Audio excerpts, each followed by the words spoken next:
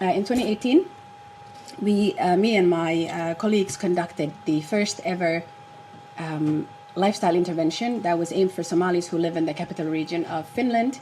And more recently, I work with a similar project. They're both EU funded, so that's where the money comes from. And currently, I work in the Somali Health Intervention on Nutrition and Exercise, which instead of diabetes, we also focus on cardiovascular diseases. Like I said, infectious diseases is my sort of raison d'être for the ones that speak French. It's like my bane of existence. It's what I love to do. And I am also very happy to have conducted the first MMR study on Somalis in Finland as well.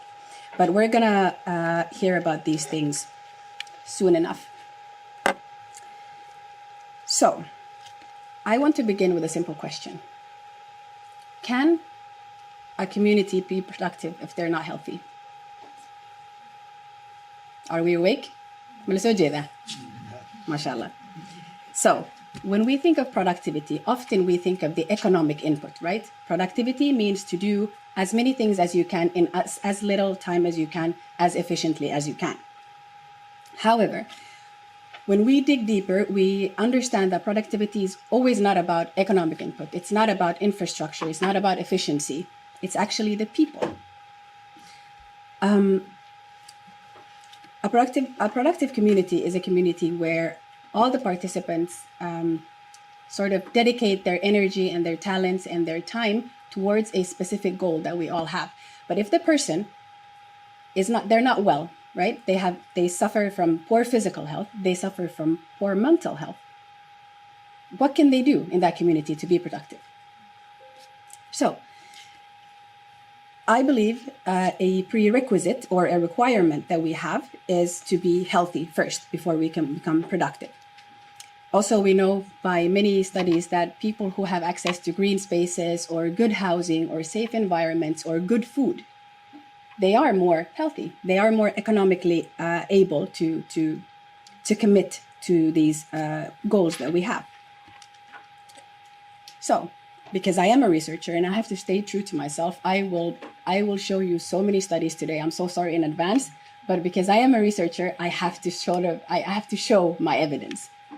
So, we're going to start with communicable diseases. And I also have to say that because it is a Nordic Somali conference, I did try to focus on studies that were done on Somalis who live in the Nordic countries.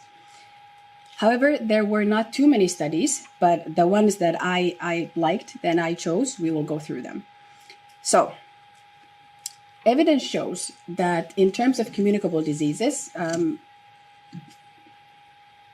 Finland and Nordic countries have very good childhood vaccination sort of coverage. So most of the times in the Nordic countries, almost all the children are vaccinated. However, there are some vaccines that cause, let's say, non-consensus. So we will start with the MMR vaccination, or the measles, mumps, and rubella vaccination. The measles vaccination, it's a triple vaccine. It covers three sort of infectious disease: measles, mumps, and rubella, of course. And in Norway, there was a study by researchers, and they looked into the measles vaccination coverage of Somali children living in Norway. And one thing about measles is that for the population, for the community to be covered, we have to have 95% vaccination coverage so that we don't have outbreaks. Anything below 95% is a risk, always.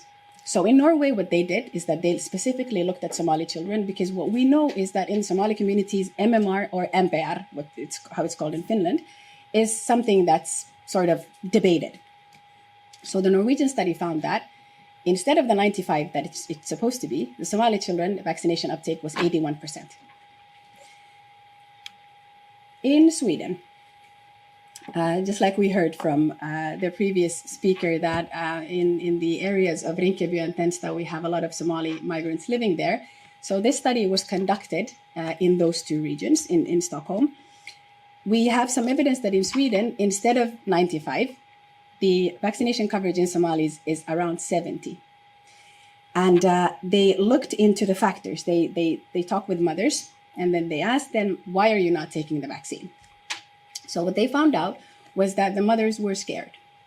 The mothers sometimes chose to delay or sometimes fully declined the vaccine because of mainly two things: the fear of autism, and I will reiterate, MMR vaccination does not cause autism. So the fear of autism and the fear of delay in speech. So the mothers thought that if I vaccinate my child, they're going to stop talking. And this is what we've seen in Norway and in Stockholm or in Sweden. Finland was very different. In Finland, Somali children were vaccinated better than native Finnish children. So before we had this assumption that because Somali communities wada isku duuban Somalis, they معلومات يعني way qaybsadaan and things sort of how do you say, like information crosses borders because of social media, right? But for some reason there was something special about Finland. So instead of the 95% that we are aiming at, or the national coverage, Somali children in Finland were vaccinated 96%. So even better. But something happened. So this is the study that I talked about. This is a study I conducted with my colleagues, I think it was last year. So I looked at the registers and I found out that the drop was from 96 to 81. And I'm sure you can understand that when we're in Finland, we don't really have measles. Last year in Finland, we had 2 cases of measles, 2. And both of them were unvaccinated and migrant origin people. So, and of course, during COVID, because the measurements, we had lockdowns and people they weren't traveling. In Finland, we had 0 cases of measles. So in Finland, we're safe. But we cannot sort of ignore the risk that in Europe, year after year, the measles cases are going up because people are refusing to take vaccines. As you can see, I love this topic, but we have to move. We have to move forward. We have to move to non-communicable diseases. Some research has been done in the Somali community in terms of diabetes. In Norway, a study looking at diabetes risk among Somali women in the Oslo area showed that they took a sample of 300 Somali women. And these were women who did not have diabetes yet. So they interviewed them, they tested them, and they found out that within the next 10 years, 41% will have diabetes. That's almost half.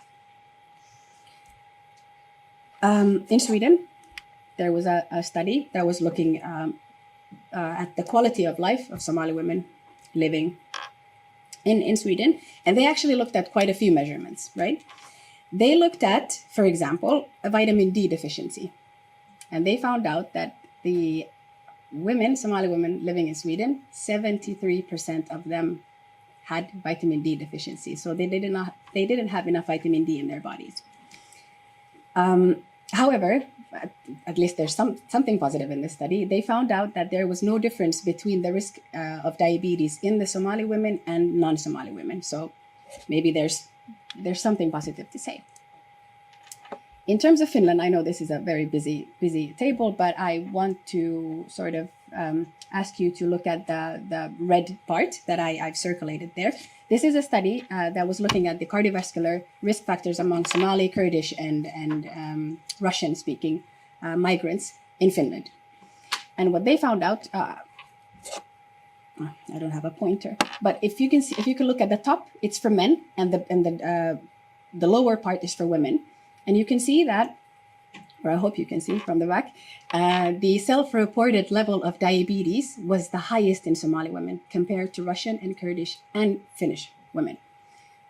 In addition, the level of obesity was much higher in Somali women compared to Kurdish women and Russian women and native Finnish women.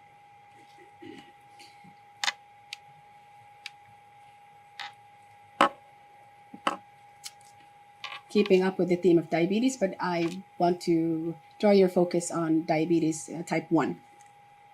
There was a Finnish study. No, sorry, this is not a Finnish study. This is I think this is a Norwegian study. In 2023, the colleagues in Norway examined the risk factors among overweight and obese Somali women. Also, one thing I would like to point out. Have you noticed that I only speak about Somali women? Men, please take part in studies, okay? We need the information, please. So in the Norwegian study, they found out that the Somali women, although they had high BMI, because they did specifically take overweight and obese women, they had quite low levels of type 2 diabetes. So there's also something positive to say. But of course, all the other health risks that are related to weight, that's not a joke. But at least in Norway, they found a study that there's no difference between diabetes in terms of Somali women and non-Somali women. Okay, so here is the type 1 diabetes study. As a background, Finland has one of the highest levels of type 1 diabetes. And we know that the type 1 diabetes is sort of the childhood diabetes, right? And what we also know medically is that we still don't know where does diabetes come from. So in research, we know that it's 50% genetic, 50% it's your environmental factors. So if you think logically, in Finland, the highest level of type 1 diabetes in the world, Somalis, other migrant groups here, we're sort of in the same environmental factors, right? Or the same environment. So what this study did is that they compared the prevalence of diabetes type 1 between Somali and Finnish children in the city of Helsinki. And they found out that the incidence, and by this is the prevalence, not the incidence. So how many people are suffering from diabetes type 1 now? How many children?